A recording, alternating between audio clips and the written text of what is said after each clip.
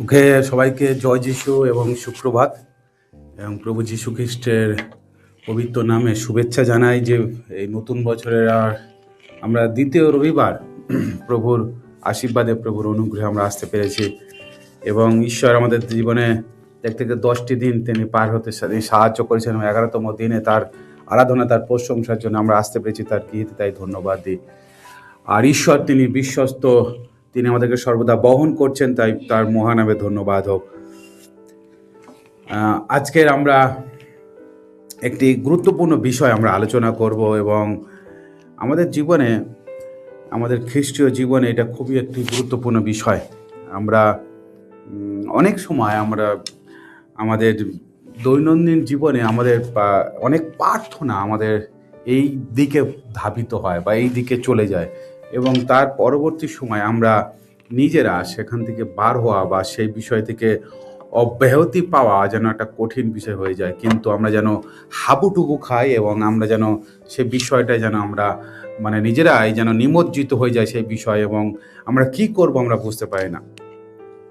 আসলে আমরা যারা বিশ্বাসীরা, আমরা যারা খ্রিস্ট ঈশ্বরের সন্তান, আমরা বেশিরভাগ সময় আমরা সর্বদা আমরা প্রার্থনা করতে হবে। আমাদের এটা একদম প্রভু প্রার্থনা করেছেন, তিনি জীবন সেভাবে করেছেন এবং আমাদেরও প্রার্থনা করা দরকার। এই প্রার্থনায় আমরা বেশিরভাগ সময় আমাদের জীবনের চাওয়া পাওয়াকে আমরা যেন বেশি আমরা প্রাধান্য দিয়ে থাকি এবং আমরা প্রার্থনায় বলে থাকি। আর এখানেই হচ্ছে বড় বিষয়, আমরা সর্বদা চাইতে থাকি। আমাদের জীবনে প্রভু যেভাবে দিয়েছেন বা যেভাবে চালাচ্ছেন সেটিতে আমরা খুবই কম সময় আমরা সন্তুষ্ট মনোভাব নিয়ে থাকি, কিন্তু আমরা বেশিরভাগ সময় আমরা যেন একটা আমাদের জীবনে চাওয়ার একটা মানসিকতা নিয়ে আমরা জীবন করি। আজকে যদি আমরা কলকাতার এই শহরের বা যে কোনো বড় শহরের যদি আমরা রাস্তা দিয়ে আমরা হেঁটে যাই, আমরা দেখতে পাবো যে আজ সেই রাস্তাতে বেশিরভাগ ক্ষেত্রে একটা বিষয় বা একটা ব্যবসা সবথেকে বেশি আজকের দেখা যাবে, সেটা হচ্ছে যে খাবারের দোকান। আজকের আমাদেরও বিভিন্ন শহরে রাস্তায় গলিতে বিভিন্ন বাজারে এবং বিভিন্ন একটা মানুষের সমাগম যেখানে হয় সেখানটায় খাবারের প্রসাদ, খাবারের দোকান, বিভিন্ন ধরনের খাবারের দোকান, এবং তারা মানুষকে বিভিন্নভাবে খাবার তুলে দেওয়ার জন্য, মানুষকে খাওয়ানোর জন্য তারা বিভিন্নভাবে তারা চেষ্টা করছে এবং বিভিন্ন ধরনের খাবার, এবং মানুষ তার দ্বারা আকর্ষিত এবং সেই দিকেই যেন মানুষ এগিয়ে যাচ্ছে। আমরা যদি দেখি আমাদের এই কাছাকাছি যদি আমরা যাই, একটি জায়গা আছে চিনার পার্ক থেকে যদি আমরা টুয়ার্ডস যদি সিটি সেন্টারের দিকে যাই, আমরা দেখবো যে রাস্তার ডান দিকে বেশ অনেক রেস্টুরেন্ট এবং বিভিন্ন আভিজাত্য খাবার দাবার এবং বিভিন্ন বিভিন্ন রীতির খাবার দাবার, বিভিন্ন মানুষের, কখনো বলছে আরবিক স্টাইল, কখন বলছে চাইনিজ স্টাইল, এইভাবে বিভিন্নভাবে মানুষকে তারা পরিবেশন করার জন্য তারা তৈরি হয়ে আছে যে মানুষ কখন আসবে। এবং দু একটা নয়, অনেক দোকান, খাবারের দোকান। সো আজকের ভ্যারাইটিস অফ ফুড, এবং মানুষকে সেই খাবার দ্বারা কি করছে, অভিলাষী তৈরি করছে এবং আকর্ষিত করছে যে আসুন আপনার অভিলাষকে আপনি পূর্ণ করুন। আসলে আমরা যখন এই সমস্ত খাবারগুলো আমরা এই খাবারের দোকানের সামনে দিয়ে যাই, কোথাও যেন একটা অভিলাষ আমাদের মধ্যে কাজ করে। হয়তো আমাদের সামর্থ্য নেই, হয়তো আমাদের পয়সা নেই, হয়তো আমরা বললাম, আমাদের মনকে আমরা মানালাম, থাক আমরা চোখের দেখা দেখি আমরা খাবো না বা আমরা যাবো না। কিন্তু যাদের আছে বা যারা সামর্থ্য এই বিষয়ে যারা সক্ষম, তারা কিন্তু দেখা যাবে প্রতিদিন বা অহরহ তারা সেখানে যাতায়াত করে। সো মানুষের কাছে আজকের এই সময় একটা রেস্টুরেন্টে গিয়ে খাওয়ার বা কোনো ভালো খাবার বলা ভুল হবে, শব্দটা ঠিক এরকম, অনেক অনেক ধরনের খাবার, অনেক ধরনের খাবার, এবং সে খাবারের দ্রব্যমূল্য যাই হোক, কিন্তু একটা যেন স্ট্যাটাস বা একটা আভিজাত্য বোধ যে আমরা এই রেস্টুরেন্টে এসে আমরা খেয়েছি বা সাপ্তাহিক আমরা আসি খাই, এই যে একটা বিষয় মানুষের মধ্যে কাজ করে। বিষয় হলো যে এই খাবার খেলে কি আমরা ভালো থাকব, বা এই খাবার কি আমাদের শরীরের পক্ষে খুব গুরুত্বপূর্ণ, সেটা হয়তো নয়। আমরা জানি বেশিরভাগ ক্ষেত্রে অনেক সময় আমরা সেই খাবার খাওয়ার পরে ডাইজেশন বা হজমের জন্য আমরা হয়তো সেই নরম পানীয়কে আমরা ব্যবহার করছি, বা সফট ড্রিঙ্কস বলা চলে, সেটাকে আমরা ব্যবহার করছি যাতে খাবারটা পরিপাক হয়, বা আরও বিভিন্ন ধরনের আমরা ওষুধপত্র ব্যবহার করতে পারি। তবুও যেন আমাদের সেই খাদ্যাবিলাস, খাবারের প্রতি সেই যে অভিলাষ এবং চোখের দ্বারা সেই যে আমরা প্রলোভিত হচ্ছি, সেটা থেকে যেন আমরা বিরত থাকছি না। এবং এইভাবে আমরা কিন্তু এগিয়ে যাচ্ছি, এইভাবে আমরা জীবন করছি। এখন প্রশ্ন হলো যে আমাদের মধ্যে এই অভিলাষ কেন কাজ করছে? আমরা দেখি মানে এই বিষয়টা বিগিনিং থেকে আমরা বাইবেল থেকেও দেখতে পাই যে মানুষ, আমরা রক্ত মাংসের মানুষ, আমরা হিউম্যান বিংস।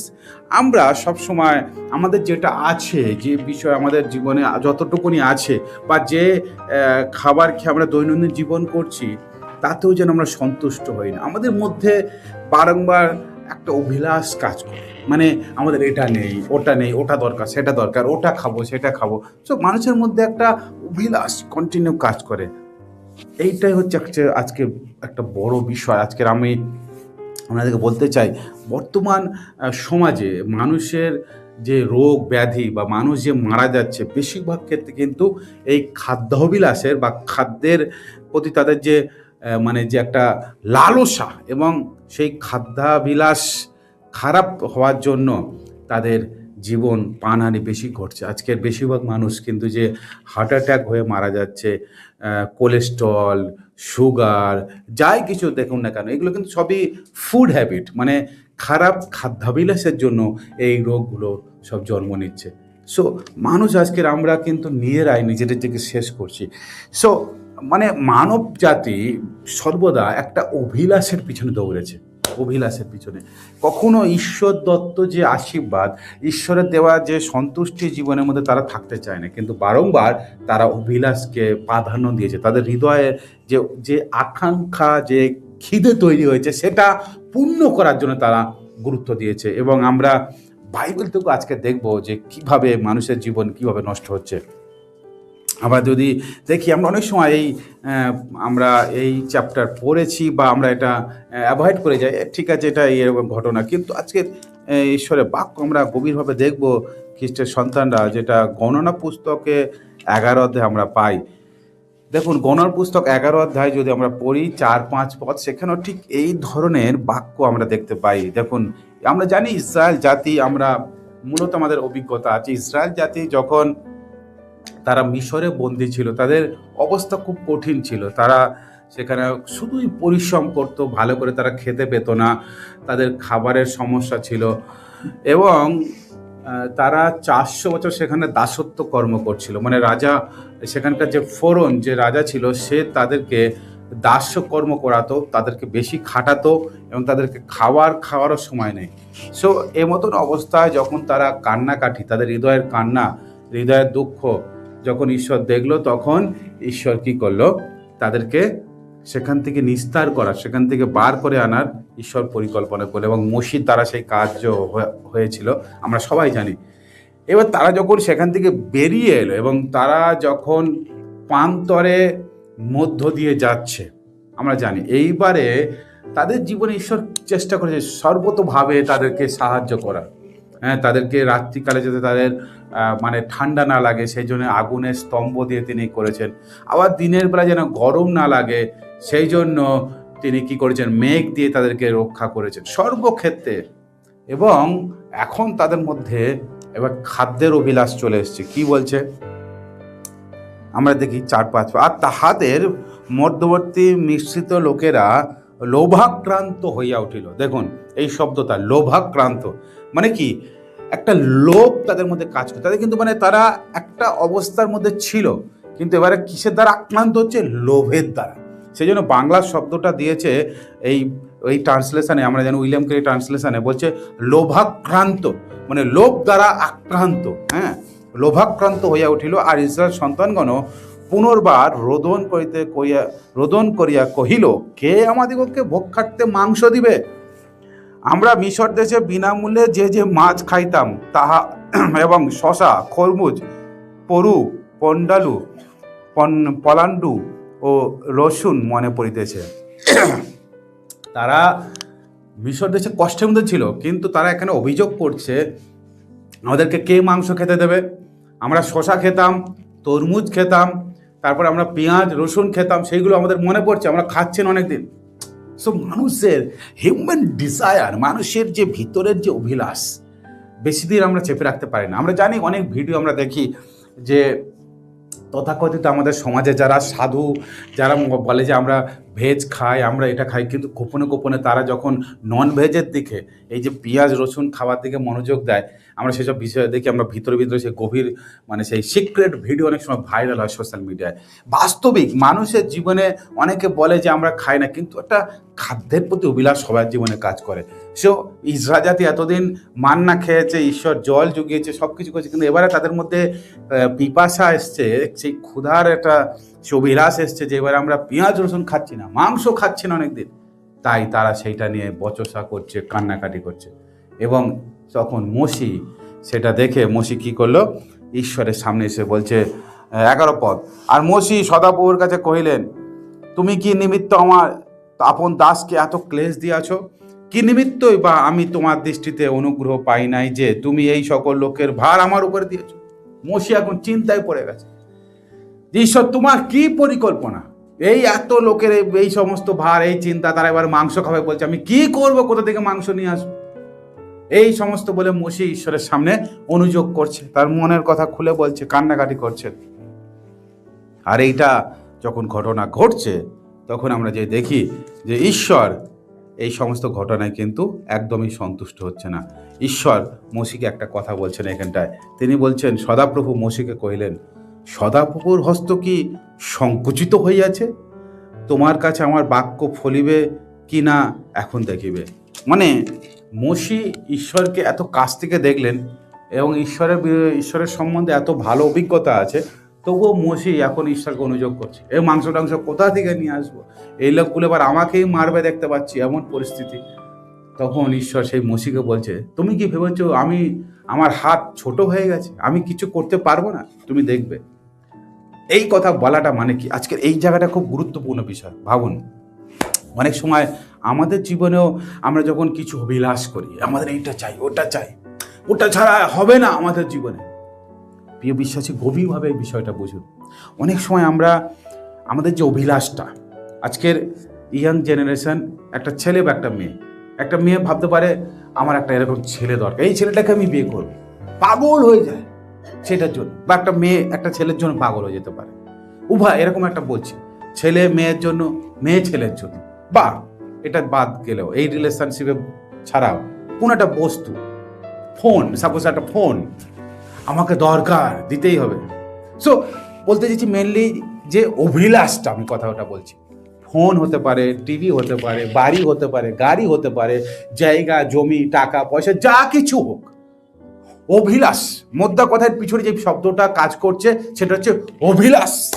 এবং তার জন্য খিদে, যে আমাকে ওইটাই দরকার আমার জীবনে, যে কোনো বস্তু হোক, ব্যক্তি হোক, সোনা দানা টাকা পয়সা যাই কিছু হোক, যখন আমরা সেটাকে পাওয়ার জন্য আমরা কাঙ্ক্ষিত হয়ে যাই, অভিলাষ আমাদের দরকার, মানে ওইটাই আমাদের জীবনের প্রধান হয়ে যায়।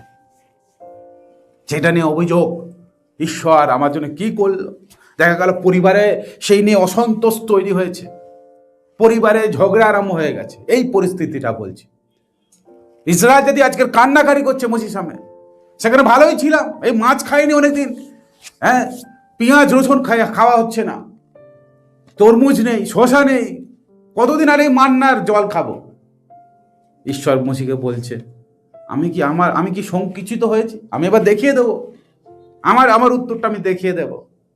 এবং ঈশ্বর কি করলেন, এত ভারী পাখি এনেছে, কোয়েল পাখি, যেটা মানে অন্য ট্রান্সলেশনে বলছে, এত কোয়েল পাখি তিনি উড়িয়ে আনলেন, কত খাবে। এবং মজাটা এই জায়গাটায়, এই অভিলাষ তাদের জীবনে মহামারী ডেকে এনেছে। ঈশ্বরের বাক্য 23 পদে বলছে, এত মাংস তাদের দিয়েছে ঈশ্বর, তারা খেতে পাচ্ছে না। লোক ঈশ্বরের অনেকে কথায় আছে কি, সেই নাক দে মুখ দে খেয়েও আর তাদের হচ্ছে না। এত মাংস দিয়েছে, ছড়িয়ে ছিটিয়ে আছে, আর ভালো লাগছে না। কত খাবি খা। ঈশ্বরের বাক্য বলছে, এইভাবে লেখা আছে 32 পদ, আর লোকেরা সেই সমস্ত দিন রাত্র পরদিন সমস্ত দিবস উঠিয়া ভারী পাখি সংগ্রহ করিল, তাহাদের মধ্যে কেউ 10 হামরের নুনও সংগ্রহ করিল না, মানে বিশাল পরিমাণে সংগ্রহ করলো। পরে আপনাদের নিত্য শিবিরের চারিদিকে তাহা ছড়াইয়া রাখিল। আর কত কি করে ছড়িয়ে, মানে ভালো লাগছে না ব্যাপারটা। আর কিন্তু তারপর কি বলছে, কিন্তু মাংস তাহাদের দন্তের মধ্যে থাকিতে কাটিবার পূর্বে এই লোকদের প্রতি সদাপ্রভুর ক্রোধ প্রজ্বলিত হলো। মানে দাঁতে, আমরা জানি একটু মাংস খেলে দাঁতে লেগে থাকে, অনেকে আমরা দাঁত খুঁচুনি দিয়ে আমরা এরকম বার করতে ভালোবাসি, তো তাদেরও এরকম, মানে এত মাংস খাচ্ছে তাদের দাঁতে লেগে আছে, মানে এখনো সব মাংস পেটে যাচ্ছে না। তো এই অবস্থায় ঈশ্বর রেগে গেছে। ক্রোধ, ঈশ্বরের ক্রোধ, রাগ এখানে নেই, ক্রোধ, ঈশ্বরের ক্রোধ প্রজ্বলিত হয়েছে এবং তাদের মধ্যে মহামারী দিয়েছে। এইবারে তারা যত মুখ দিয়ে খেয়েছে সব পিছন থেকে বার করা অবস্থা, এবং তাদের শরীরের অবস্থা খারাপ। সো মানে মানুষের যে অভিলাষ তাদেরকে মহামারীর দিকে নিয়ে গেছে। আজকের প্রিয় ভাই বোন, সেম জিনিস আমাদের জীবনে ঘটে। আমরা ভালোই আছি, দেখা গেল আমাদের মনে হয় আমারও যদি একটা বাইক হতো খুব ভালো হতো। নেই আমাদের সামর্থ্য, কিনে নিলাম আমরা ইএমআই করে বা দেনা করে। এইবার এই দেনা দিতে গিয়ে আর এই বাইককে মেনটেন করতে গিয়ে দেখা গেল আমাদের জীবন একদম সে হয়ে উঠেছে একদম অস্থির, এবং আমরা কোন দিকে যাই না, এদিকে থাকাই না, খাবো না ওই দিকে করব। সো এই যে আমাদের অভিলাষ, আমরা আসলে, আমার যে বিষয়টা হচ্ছে যে আমরা ঈশ্বরের দেওয়া অনুগ্রহ, ঈশ্বরের দেওয়া আশীর্বাদে জীবন করা, এবং প্রত্যেক দিন ঈশ্বরকে ধন্যবাদ দিয়ে জীবন করা, যে প্রভু তুমি আমাকে বাঁচিয়ে রেখেছো, যতটুকুনি দিয়েছো প্রভু ধন্যবাদ। এই যে কৃতজ্ঞতা মন, এই যে সন্তুষ্ট মন, এটা আমাদের জীবনে বেশিরভাগ সময় থাকে না। সাধু পৌল বলছে তোমার অনুগ্রহ আমার জন্য যথেষ্ট। আসলে এই বিষয়টা আমি আপনি বলা বেশ কঠিন হয়ে যায়। বেশিরভাগ ক্ষেত্রে আমরা দেখি যে আমার জীবনে এটা নেই, আমার জীবনে সেটা নেই, ওর জীবনে ওটা আছে, আমার জীবনে কেন নেই। আর এই অসন্তুষ্ট মনোভাব, এই হীনমন্যতার মনোভাব আমাদেরকে আধ্যাত্মিকভাবে আমাদের জীবনে পতন ঘটিয়ে দেয় এবং ঈশ্বরের সামনে থেকে আমাদেরকে অনেক দূরে সরিয়ে দেয়। এবং আমরা বিশ্বাসী হয়ে থাকলেও এই যে নেই বিষয়টাকে থাকা জায়গায় নিয়ে আসার জন্য আমরা ওই ইসরায়েল জাতির মতন আমরা কাটাকাটি আরম্ভ করি। যদি আমার সামর্থ্য না থাকে, আমরা আমাদের গার্জেনের কাছে বা অভিভাবকের কাছে কান্নাকাটি করতে দিতেই হবে, এটা করতে হবে, তুমি দেনা করবে কি করে সেটা তোমার ব্যাপার। বা আমি যদি আমার অভিভাবক না থাকে, আমি কি করব, কারোর কাছে ধার করে আনি। অনেক মানুষ ধার করে ড্রেসপত্র কেনে, বাড়ির জিনিসপত্র কেনে, যেটা খুবই বেদনাদায়ক। আর তারপরে সেটাকে শোধ করার জন্য আবার একজনের কাছে ধার করবে, সেটাকে শোধ করে আরেকজনের কাছে ধার করে। এইভাবে ধার এবং দেনায় জর্জরিত হয়ে ডুবে যায়। এটা একদম বাইবেল বলছে এরা সেই কি বলছে, হীনবুদ্ধি। সো মানুষের অভিলাষকে পূর্ণ করার জন্য বেশিরভাগ ক্ষেত্রে বর্তমান সমাজে এই হীনবুদ্ধির পিছনে গেছে। সেই জন্য একটা সমীক্ষা বলছে যে বর্তমানে মানুষ এতটাই ইএমআই এর মধ্যে ঢুকে আছে, যদি এই মানুষরা না দিতে পারে সব ব্যাংক সব একসঙ্গে ডুবে যাবে। মানুষের ইনকামের থেকে মানুষের দেনা বেশি করে রেখেছে মানুষ, এটা স্বাভাবিক। আজকে বাজার ব্যবস্থা যা, মানুষ কি করেছে, নিজের চাহিদা বা নিজের ইচ্ছাটাকে পূর্ণ করার জন্য খেতে পারুক না পারুক ঘরে টিভি ফ্রিজ এনে বসে আছে, বা ফোন, 4 জন মানুষ থেকে 4টে স্মার্টফোন, 15,000 টাকা করে হলে 60,000 টাকা। সো এইভাবে মানুষের জীবনে মানুষ অভিলাষকে গুরুত্ব দিচ্ছে।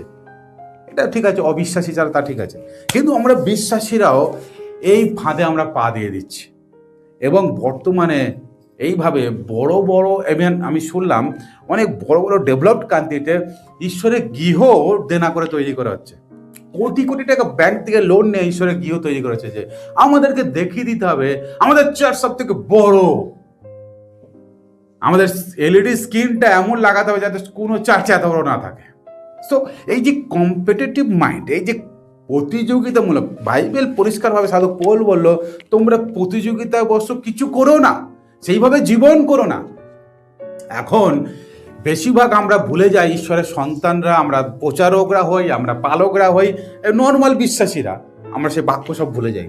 নিজের ক্ষেত্রে নিজের আকাঙ্ক্ষা, নিজের ইচ্ছাকে প্রথম আমরা গুরুত্ব দিই, কিন্তু আমরা ঈশ্বরের ইচ্ছা, ঈশ্বর কি চায় সেটাকে আমরা গুরুত্ব দেওয়া ভুলে যাই।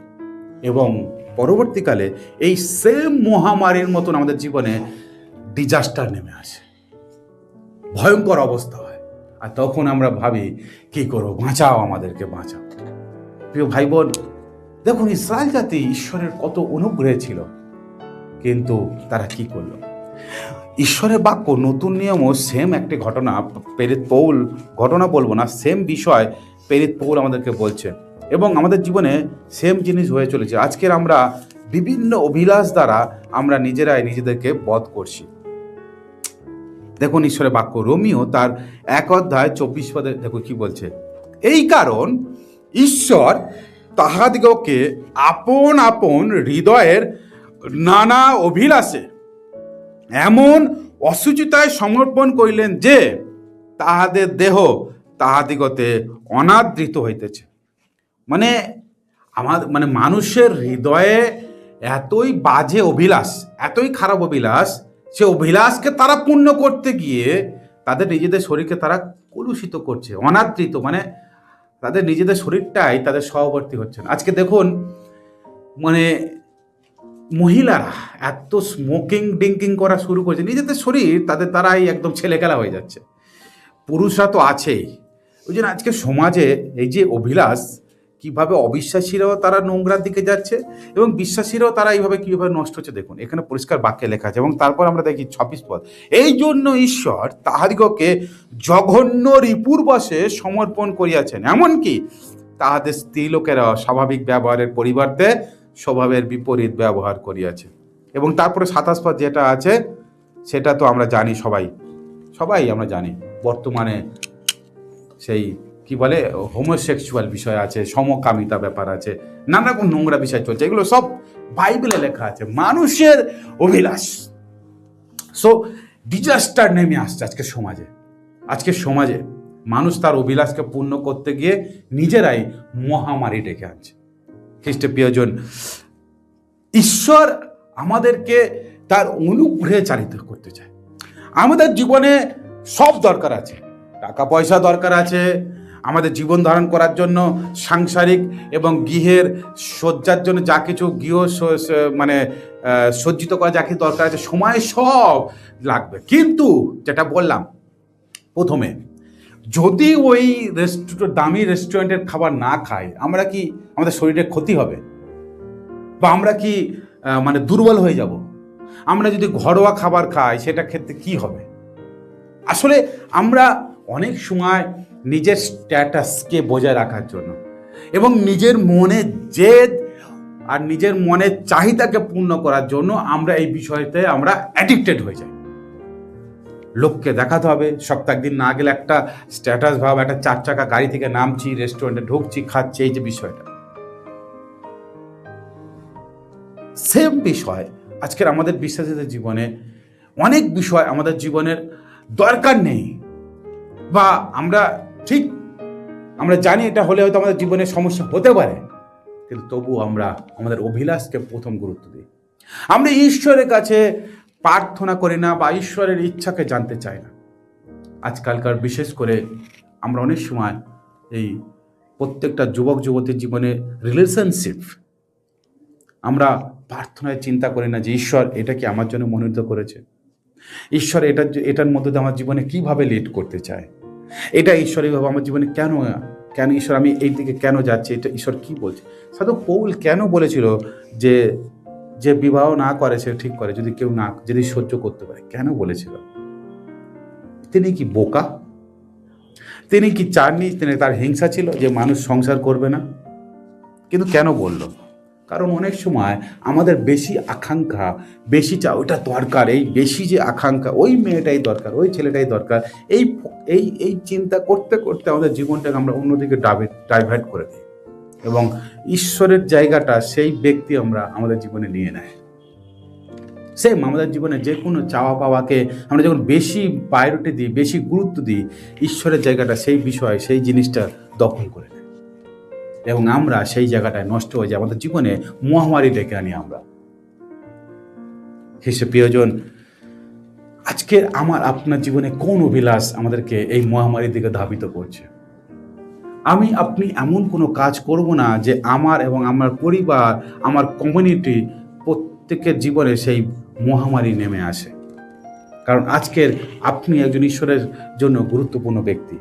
আপনার একটা ভুল পদক্ষেপ, আপনার ভুল জীবন আপনার জীবনে, আপনার পরিবারের এবং আপনার আশেপাশের জীবনেও বড় ডিজাস্টার বা বড় ভয়ঙ্কর বিপর্যয় এবং সেই মহামারী নিয়ে আসতে পারে এবং আপনার কিছু করার থাকবে না যখন এইভাবে ঘটনা ঘটবে। প্রিয় বিশ্বাসী, ঈশ্বর তিনি আমাদেরকে ভালোবাসেন, তিনি আমাদের যা দরকার, বাইবেল বলছে তুমি প্রথমে তার রাজ্য ধার্মিকতার জন্য চেষ্টা করো, তাহলে তোমাকে ওই সকল দ্রব্য দেওয়া যাবে। ঈশ্বর জানে আমার জীবনে কোনটা দরকার আছে, কোন সময় ঈশ্বর সব দেবেন। কিন্তু আমরা অনেক সময় ঈশ্বরের থেকে ওভারটেক করে আমাকে এখনই কিনতে হবে, এক্ষুনি দরকার, যেটা বললাম যে মানুষ নেই কিছু, পকেট খালি, এই ধার করে চলো এক্ষুনি দরকার। এই মানসিকতা আমাদেরকে ডিজাস্টারের দিকে নিয়ে যাচ্ছে, এই মানসিকতা আমাদেরকে সেই মহামারীর দিকে নিয়ে যাচ্ছে, বিপর্যয়ের দিকে নিয়ে যাচ্ছে এবং আমাদের আধ্যাত্মিক এবং আমাদের সুন্দর জীবনযাত্রাকে মুহূর্তের মধ্যে ধ্বংস করে দিচ্ছে। আসলে জগতের আমরা বাক্য আমরা জানি, সেই প্রেরিত পৌল তিনি বলছেন তোমরা সমস্ত অভিলাষ থেকে পলায়ন করো, চোখের অভিলাষ, মানসিক অভিলাষ, জীবিকার অভিলাষ, এই যে অভিলাষ, প্রিয় বিশ্বাসীর আজকের এই যে অভিলাষ, ক্রেভিং, ডিজায়ারসনেস, এই যে আমাদের জীবনকে ধ্বংস করে দিচ্ছে। তাই আমাদেরকে এই নতুন বছরে আমাদেরকে এই 2026 সাল আমাদেরকে নিজেদেরকে নিয়ন্ত্রণ করতে হবে। আজকে পৃথিবীতে তৃতীয় বিশ্বযুদ্ধ হতে চলেছে। কেন সেই অভিলাষ কাজ করছে? কি? আমার ক্ষমতা, আমি সমস্ত কিছুর উপর কর্তৃত্ব দেখাবো, আমার পাওয়ার সবার উপরে হবে, এই যে বিষয় ক্ষমতার অভিলাষ আজকে পৃথিবীকে তৃতীয় বিশ্বযুদ্ধের দোরগোড়ায় দাঁড় করে দিয়েছে। প্রিয় বিশ্বাসী, আজকের ঠিক আছে তারা যেটা করছে, কিন্তু আমি আপনি ঈশ্বরের সঙ্গে যারা প্রতিদিন গমনাগমন করা দরকার, আমার আপনাকে যা প্রতিদিন ঈশ্বরের বাক্য নিয়ে জীবন করা দরকার, আমি আপনি কোন জীবনযাত্রাকে পছন্দ করছি? সন্তুষ্ট জীবনযাত্রা, ঈশ্বরের প্রতি কৃতজ্ঞতার জীবনযাত্রা, নাকি সেই আমাদের মধ্যে তৈরি হচ্ছে অভিলাষ, খিদে, যেটা নয় আমি ওটা চাই, ওটাতে সন্তুষ্ট? প্রিয় বিশ্বাসী, নিজেকে যদি আপনি কন্ট্রোল না করতে পারেন তাহলে আপনার জীবনে খুব ভয়ঙ্কর হতে পারে। ঈশ্বরের বাক্য বলছে যে নিজ আত্মাকে দমন না করে সে ভাঙা নগরের তুল্য। কারণ মুহূর্তের মধ্যে আপনি ধ্বংস হয়ে যেতে পারেন, আপনার জীবন নষ্ট হয়ে যেতে পারে, কারণ শয়তান সর্বদা আপনাকে নষ্ট করার পরিকল্পনা করছে। তাই আমাদেরকে সর্বদা ঈশ্বরের বাক্য যদি দেখি সর্বদা বুদ্ধির সঙ্গে চলতে বলছে। তাই আমাকে আপনাকে বুদ্ধিপূর্বক চলতে হবে। তাই আসুন আমরা ঈশ্বরের দেওয়া আশীর্বাদকে যেটুকুনি যা আছে সেটাকে সন্তুষ্ট মনে গ্রহণ করি এবং অভিলাষ থেকে আমরা পলায়ন করি। যখন সেগুলো মনে আসবে ঈশ্বরের বাক্যকে মনে করুন, ঈশ্বরের বাক্যকে ধ্যান করুন, যাতে আপনি সেই অভিলাষ থেকে পলায়ন করতে পারেন। প্রার্থনায় যাই। সর্বশক্তিমান ঈশ্বর প্রভু, আজকের আমরা পথ চলতে বিভিন্ন সময়ে বিভিন্নভাবে নানা অভিলাষ দ্বারা, নানা লোভ দ্বারা আক্রান্ত হচ্ছি, প্ররোচিত হচ্ছে এবং আমরা অনেক সময় বিশ্বাসের জীবনে আমাদের প্রভু আঘাত লাগছে, আমরা বিশ্বাসে দুর্বল হয়ে যাচ্ছি। প্রভু তুমি আমাদেরকে ক্ষমা করো, আমাদেরকে এই সমস্ত অভিলাষ থেকে পলায়ন করতে এবং সত্যের এবং ধার্মিকতার পথে তোমার প্রতি আরও আকর্ষিত হতে আমাদেরকে তুমি সাহায্য করো। আমরা তোমাকে চাই প্রভু, আমরা তোমাকে ছাড়া যত এই জগতের দিকে আমরা তাকাবো, চোখের অভিলাষ, মানসিক অভিলাষকে পূর্ণ করতে যাব প্রভু, তত আমাদের জীবন নষ্ট হয়ে যাবে। তাই প্রভু আমাদেরকে ক্ষমা করো, আমাদেরকে তোমার দিকে তুমি আমাদের হাত দুটো ধরে তুমি টেনে নাও প্রভু, যেন আমরা আরও তোমাতে আরও আসক্ত হতে পারি এবং তোমার গৌরব, তোমার মহিমা করতে পারি। আমাদের জীবন দ্বারা যেন তোমার নাম উচ্চকিত হয়, তুমি আশীর্বাদ করো। আমাদের সঙ্গে থাকো এই বছরের বাকি দিনগুলো, যেন আমরা তোমাতে জীবন করতে পারি, তুমি আশীর্বাদ করো। সকল গৌরব, প্রশংসা, মহিমা তোমাকে দিয়ে প্রভু, আমাদের প্রত্যেকের আত্মাকে তোমাদের রাখি। সারা সপ্তাহের ভার তোমাদের নাও, আমাদের পরিবারকে তুমি রক্ষা করো, আশীর্বাদ করো প্রভু। সকল বিষয়ে তোমাকে গৌরব করি। প্রার্থনা ছিল, অনেক ধন্যবাদ। প্রার্থনা আশীর্বাদের সঙ্গে যিশু তোমার নামে চাই, আমেন। আসুন প্রভুর সেখানে প্রার্থনা করি। হে আমাদের স্বর্গস্থ পিতা, তোমার নাম পবিত্র বলিয়া মান্য হোক, তোমার রাজ্য আসুক, তোমার ইচ্ছা সিদ্ধ হোক, যেমন স্বর্গে তেমন পৃথিবীতে হোক। আমাদের প্রয়োজনীয় খাদ্য আজ আমাদেরকে দাও, আর আমাদের অপরাধ সকল ক্ষমা করো, যেমন আমরা আপন আপন অপরাধীদেরকে ক্ষমা করিয়াছি। আর আমাদের পরীক্ষাতে আনিও না, কিন্তু মন্দ হইতে রক্ষা করো, কারণ রাজ্য, পরাক্রম, মহিমা যুগে যুগে তোমার, আমেন। আসুন আশীর্বচন গ্রহণ করে এখন থেকে পিতা ঈশ্বরের প্রেম, প্রভু যীশু খ্রিস্ট অপার অনুগ্রহ, পবিত্র আত্মার সহভাগিতা, শান্তি, চালনা, প্রেরণা আমাদের প্রত্যেকের সঙ্গে, প্রত্যেকটা খ্রিস্ট বিশ্বাসীর সঙ্গে, সারা পৃথিবীর যতজন আছে তাদের প্রত্যেকের সঙ্গে এখন থেকে প্রভু যীশু খ্রিস্টের দ্বিতীয় আগমন পর্যন্ত নিত্য নিত্য বিরাজ করুক, আমেন। প্রভু শান্তি সকলের সহবর্তী হোক, আমেন। সবাইকে জয় যিশু। ভালো থাকেন, সুস্থ থাকেন, আবার দেখা হবে।